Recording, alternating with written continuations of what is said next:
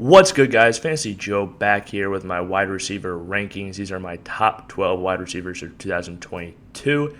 If you guys like this content, please hit that subscribe button. I have a ton of fantasy profiles on the channel, mock drafts that drop every Monday, running back rankings dropping soon, as well as league winners, values, busts, all that stuff. So hit that subscribe button. Like, comment, really helps out the video. I respond to all comments as well. I appreciate you guys. Let's dive into these wide receiver rankings. So my wide receiver one is Cooper Kupp. In 2021, he finished as a wide receiver one, averaging 21.6 points per game and a half-point PPR. He had 191 targets, 145 receptions, 1,947 receiving yards, 16 receiving touchdowns. Absolute monster season for him. Was an absolute target hog, of course. Coming off the best season in the history of fantasy football. That's why he's my number one wide receiver. Year two is Stafford again. I trust that he will continue to produce. Stafford's going to continue to heavily target him in the way this offense is drawn up, and he's going to get a lot of easy looks as well in that slot role. And he had a ton of red zone targets last year, 37 red zone targets according to some calculations. When you have that type of overall target production and red zone targets, you're bound to score a ton of yards, or bound to score a ton of touchdowns, bound to have a ton of yards, and he gets a ton of receptions because of the where his targets come from, what the area of the field. So yeah, I think he's going to have a very solid campaign. I don't think he'll come close to what he did this previous season, but still be very good for fantasy. 125 plus receptions, 1,600 plus yards, and 12 plus touchdowns, and is a wide receiver one to me. Justin Jefferson is my wide receiver two this year. Last year, he finished as a wide receiver four, averaging 16.3 points per game and a half-point PPR, which is what all these rankings are, of course, half-point PPR. Last year, he had 167 targets, which he turned into 108 receptions, 1,616 receiving yards, and 10 receiving touchdowns. The year previously had 1,400 yards, back-to-back awesome seasons for him to start his career. Most yards of anyone in their first two seasons by a mile in NFL history. He is an absolute target hound. And here's the thing that's really good for him. I think Minnesota is going to become much more pass-heavy this season. He is the bona fide number one. And like I said, he had 167 targets last year. They become more pass-heavy. That number goes up. What are we talking, 180 targets? I think he's in the same tier as Cooper Kupp to me, an absolute difference maker, worthy of a top 5 selection in fantasy football drafts to me, especially if you're looking for a safe pick. Really like Justin Jefferson this season. I've him for 110 plus receptions, 1,600 plus yards, and 10 plus touchdowns. Basically using his last year's season as a baseline when that passing volume comes up overall. My number 3 wide receiver is none other than Ja'Marr Chase. Last year finished as a wide receiver 5, averaging 15.5 points per game, half-point PPR. And that was his rookie season, obviously. 128 targets, which he turned into 81 receptions, 1,455 receiving yards, and 13 receiving touchdowns. Does he get the target volume that these other receivers get? No. And that's why he's at the number 3 spot and not at number 1. But he gets open down the field. He's got a great connection with Joe Burrow, a big-time quarterback.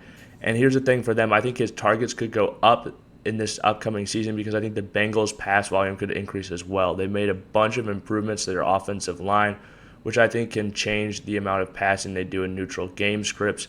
I think a lot of times last year they were running the ball because A, they had a weak offensive line, and B, Joe Burrow was still coming back from that knee injury. That was a major knee injury. This is obviously the second year. He'll have a full year under his belt and looked like an absolute stud towards the end of last year. I think Joe Burrow can be extremely efficient for fantasy football again this year. I think that bodes extremely well for Ja'Marr Chase, who was extremely efficient last year and is just an overall insane talent. Coming out of the draft, people compared him to Anquan Bolden with speed, and that he did not disappoint in his rookie year. I think he could easily finish as a wide receiver 1 if he gets 150 targets this season. The only reason I have him at wide receiver 3 is because compared to the number 1, the number 2 guy, and the number 4 guy coming up, he gets about 25% less targets. But like I said, the talent's there. He gets open down the field. They use him down the field.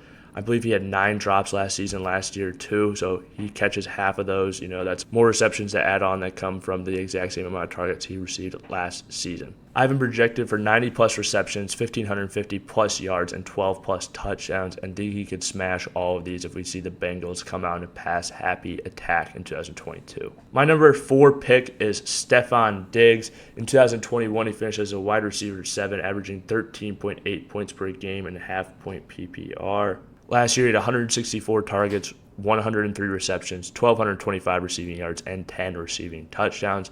He is a target hog back-to-back years, over 164 targets each season in Buffalo. He plays with a big-time quarterback in Josh Allen. I think the touchdowns are here to stay for Stefon Diggs. In 2020, I think the only reason they were down, I think it was just based on the yardage and targets he got. I think he would have scored more touchdowns. So I think even though the volume bounce went down a little bit, he still will produce at elite levels. He was one of 2 wide receivers last year with over 2,000 air yards as well. Josh Allen's completion percentage dropped 6% last year. I expect that to bounce back up, and for Stefon Diggs' season to be much closer to his 2020 season. And like I said, if the touchdowns stay as well, he could be an absolute monster for fantasy. I think people are a little disappointed by his year last year. I am not whatsoever. He got a new contract. There's 184 targets gone in Sanders and Beasley alone. I think those go to trusted options like Stefon Diggs. He could have 175 targets this year. The only thing that worries me for putting him over Jamar Chase is just I have heard that McDermott likes to limit the touches, the targets, things like that of his star wide receiver. He wants him to catch 8 to 9 passes in this game. You want him, when you're a fantasy owner, to be catching 13-plus passes every game and just being targeted like crazy. But if they have that game planned in, that could, bring his ceiling slightly down. But I'm not stopping that from taking him in my top 5 wide receivers. His 2022 stat predictions: 115-plus receptions, 1,350-plus yards, and 12 touchdowns. My number 5 wide receiver is Davante Adams. In 2021, finishes wide receiver 3, averaging 17.7 points per game. He was an absolute target hog in Green Bay. That's why it's a little bit hard for me to have him even this high. I think he's going to be extremely targeted now that he's in Las Vegas with Derek Carr. Got that massive contract, but he was already receiving a ton of targets in Green Bay from an elite Hall of Fame, arguably the best quarterback of all time in Aaron Rodgers.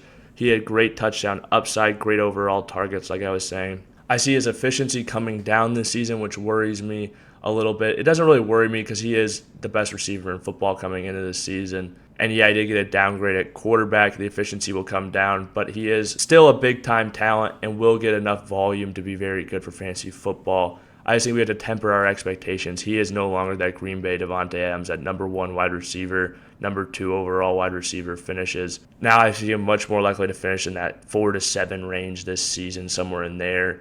Derek Carr just doesn't throw nearly as many touchdowns, and Davante Adams is the only show in town in Green Bay. Now Darren Waller, Hunter Renfrow, higher quality options than Aaron Rodgers had for years in Green Bay. So I think less targets funnel Davante Adams way in this offense, and I think overall there would be less scoring opportunities just because the Raiders' offense is not as good as Green Bay and Derek Carr is not as good as Aaron Rodgers. So in 2022, I have a stat prediction for 100-plus receptions, 1,200-plus yards, and 10-plus touchdowns. Still a really darn good season for a fantasy receiver. Worthy of a pick, I think, in the beginning of that second round range. My wide receiver 6 is CeeDee Lamb. Last year finished as wide receiver 18, averaging 12.1 points per game. One thing I want to point out about CeeDee Lamb last year and why I expected him to make such a massive jump. Last year he only had an 18% target share in Dallas. Now Amari Cooper is gone, Cedric Wilson's gone, and Michael Gallup is injured to begin the season.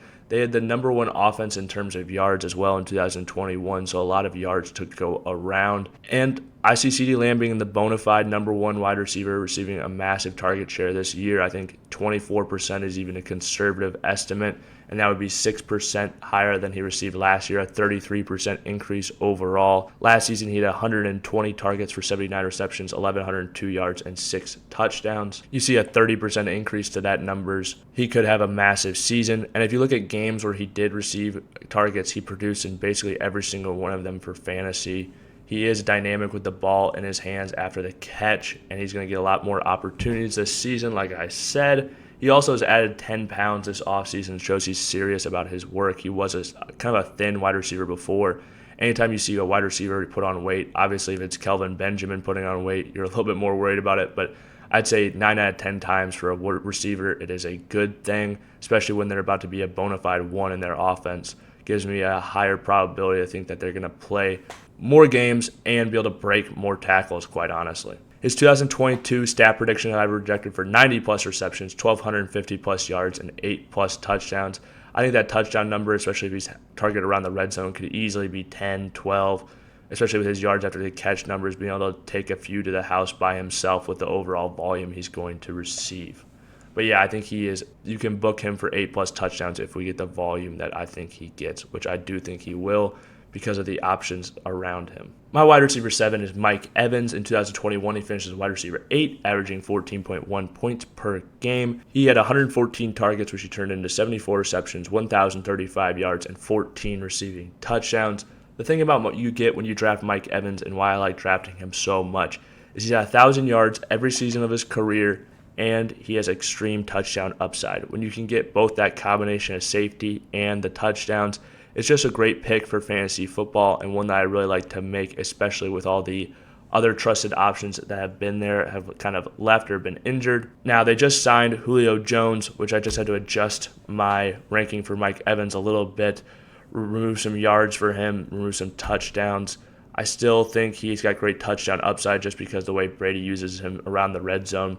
But here's the thing I want to point out for Mike Evans is last year he finished as wide receiver 8, and now Chris Godwin is in training camp. Maybe he'll start the season. Maybe he'll miss a game or two. I don't know exactly how that's going to work out. They obviously signed Julio Jones and Russell Gage, so they've got some solid options to pair with him. But Mike Evans is the trusted guy. Rob Gronkowski is obviously retired as well. And Mike Evans only had a 16% target share last year and finished as a wide receiver 8. I don't think it's outside the realm of possibility for that to go up to 20% this year. I think it's less likely now with the Julio Jones addition, but I still think 20% is in the realm of possibility. I think it will go up from that 16% number. I think he'll still be heavily used around the red zone. I think he's a guy who's got a high floor and a high ceiling because of that touchdown upside and that yardage baseline he gets you every season. I have him projected for 80 receptions, 1,150 yards, and 13+ touchdowns this season. A lot of times, too, you can get him at the beginning of the third round of drafts, especially now I think that the Julio has been signed. He'll start going there. And, Julio Jones could get banged up and go down. Even if Julio is super successful for fantasy football, I still think that Mike Evans can produce for fantasy football in a similar role to how he did last season. My number 8 receiver is Deebo Samuel. In 2021, he finished as a wide receiver 2, averaging 18.8 points per game. He did have insane efficiency in 2021. Let's take a look at his stats. 121 targets, 77 receptions, 1,405 receiving yards, led the entire league in yards per reception at 18.2, 6 receiving touchdowns. And then the real thing we have to point out as well is his rushing numbers.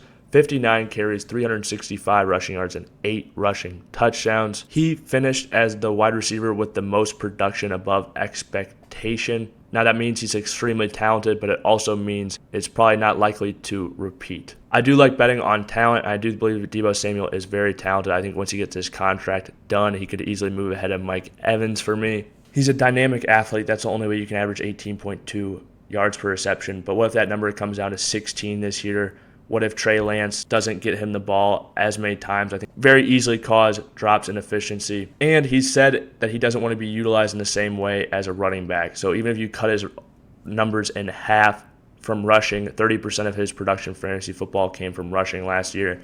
Now, I don't think he'll be utilized 0 in the rushing game, but I do think there's a possibility that his role in that goes down dramatically. Now, maybe 2 weeks from now, the 49ers signed to a contract, give him a ton of money, and he's like, yeah, if you give me that much money, I will be used as a running back.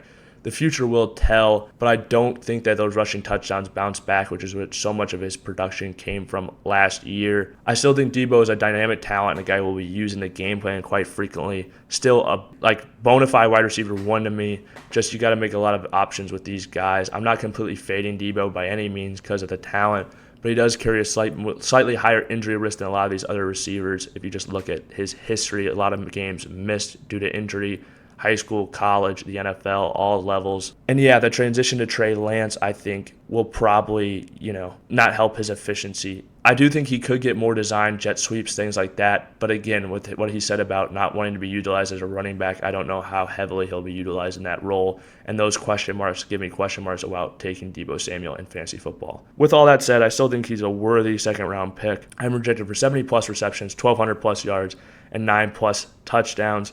And if he is utilizing that rushing role again, even if it's half the production he had last year, 30 carries, I think he could have 150 yards and punch in 4 touchdowns, which gives you a nice baseline over other receivers, obviously what they give you in the rushing game. My number 9 receiver is Tyreek Hill. In 2021, he finished as a wide receiver 6, averaging 14.2 points per game. Of course, that was with Patrick Mahomes in Kansas City.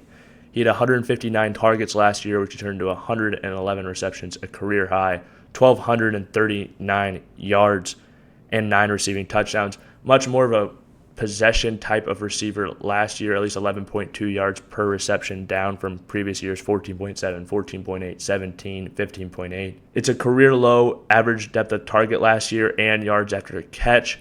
That does give me a little bit of pause with Tyreek Hill, especially considering now that he is moving to a new offense. I think, though, that those numbers mainly had to do with how everyone was playing them last year, 2 high safeties, not letting Tyreek Hill beat them over top. I still think he's got that burst, got that speed, but things like this don't usually, hang on for terribly long periods of time.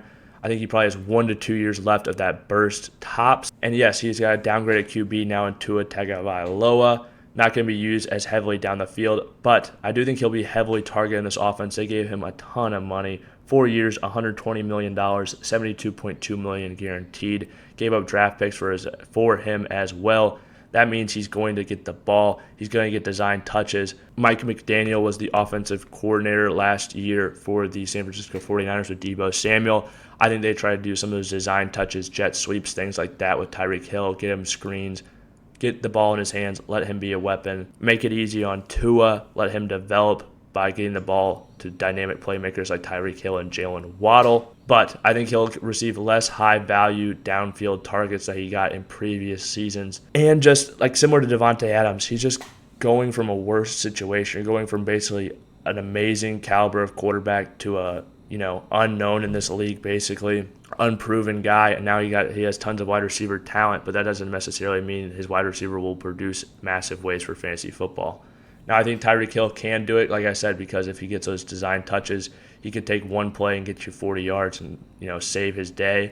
But I think his touchdown likelihood comes down greatly. I think that threat of those bombs that can win you those weeks, get you his entire week in one play, goes down. And yeah, overall, I just think his ceiling is much lower this year. I still have him projected for 95-plus receptions, 1,100-plus yards, and 8-plus touchdowns, but I kind of view last year as basically his ceiling for 2022. My wide receiver 10 is Courtland Sutton. Last year finished as a wide receiver 46, averaging 7.1 points per game. But if we look back to his 2019 season, he finished with 1,100 yards that year, and that was with Joe Flacco and Trevor Siemian. 2020 tore his ACL.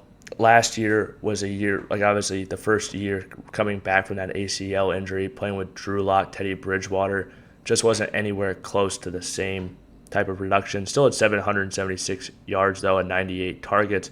And like I said, that was with abysmal quarterback play, 59% catch rate last year. But now he gets Russell Wilson, who will be able to utilize him down the field. He's a down-the-field threat, 6'4", 215 plus, and just a dynamic, good receiver. Like I said, if you can have that good of a season with a player at the end of his career like Joe Flacco and Trevor Siemian, and then you get a bona fide star at quarterback in Russell Wilson throwing you the ball. Russell Wilson's been extremely efficient for fantasy football for years now. Also, he's played several years in a run-first offense in Seattle. Now he gets the best offensive line of his career with weapons like Courtland Sutton, who I still think is a stud. People just haven't realized it yet, but they will this season. I have him projected for 80-plus receptions, 1,200-plus yards, and 8-plus touchdowns.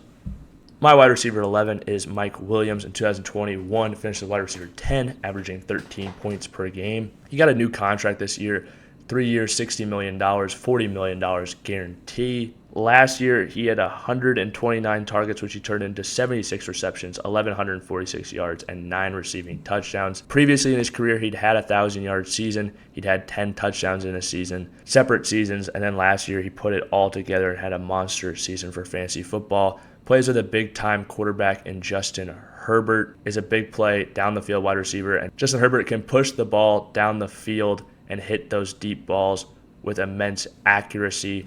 Their skill sets complement each other greatly. And last year, after week 5, he had a knee injury, was limited in the next game, only played like 36% of snaps, I believe. If you look at his targets before and after that game, they went from 10.2 per game to 7.1. I think there's a chance he gets back to those previously target numbers. Maybe isn't as efficient for fantasy football. He was dominating over that stretch, but gets close to those numbers, gets a little healthier. I think he can produce in a major way for fantasy football, and the contract that they gave him means he will continue to be used. That was a big commitment that the Chargers made to him. Keenan Allen's another year older, and I think Justin Herbert's a guy who's going to throw close to 40 touchdowns, so I think Mike Williams is going to get a big chunk of those, a lot of yards as well, and can be a dynamic player for fantasy football. He is a little more volatile. That's why he's a little bit farther down this list. I still think he has immense upside, though, and I love taking him where he's currently going in draft. I've been projected for 80-plus receptions, 1,200-plus yards, and 10-plus touchdowns. Another thing to point out about Mike Williams, he was better than Keenan Allen in PFF grade and yards per route run last season as well. My number 12 wide receiver, T. Higgins. In 2021, he finished as a wide receiver 21, averaging 13 points per game. In 14 games last year, 110 targets, 74 receptions, 1,091 yards, and 6 receiving touchdowns. Every year on average, 2 wide receivers will finish as in the top 12. This year, I've projected that it will be the Bengals. I just really like the upside of Jamar Chase and T. Higgins in this offense. I see last year both as kind of, well, especially for T. Higgins, kind of a baseline for him. He had a large target share even in the games that he played with Chase. He had 21.7% target share with Jamar Chase. And like I said, I think that Bengals passing volume could go up this season with the improvements to their offensive line, most improved in all of football. And they were abysmal last year pass protecting for Joe Burrow. Give him some protection. Don't have to lean as much on the run game to keep defenses on their toes and not have Joe Burrow dropping back all the time just to get hit, recovering from that knee injury. And T. Higgins is a good wide receiver. He's number 9 ranked wide receiver according to Pro Football Focus last season. Had a good season yards-wise. If he stays healthy, I think he would have finished as a wide receiver 1 already last year. And I think his touchdowns could go up dramatically. And like I said, if the volume goes up, he's a guy who with 120 targets, I think can finish as a wide receiver 1 with his connection with Joe Burrow. Still very young. And like I said, the touchdown upside I just think is higher for him than a lot of these other players. That's why he came into my number 12 spot, because of touchdown upside. And I think he'll have good volume regardless. I'm projected for 85-plus receptions, 1,150-plus yards, and 8-plus touchdowns, but he could easily be a 10-plus touchdown guy. If you guys have made it to this point of the video, please hit that like button. If you guys want part 2, let me know. I respond to all comments, so put your comments down. Let me know who you think should have made the top 12 that didn't. Let me know who you think was too high, too low. Let me know what you guys think down below in the comments. I'll respond. Want to hear what you guys think. And yeah, if you guys hit that like button, I will bring you part 2 extremely quickly. RB rankings coming your way quickly. This has been Fantasy Joe. Thank you guys for watching. See you guys next time.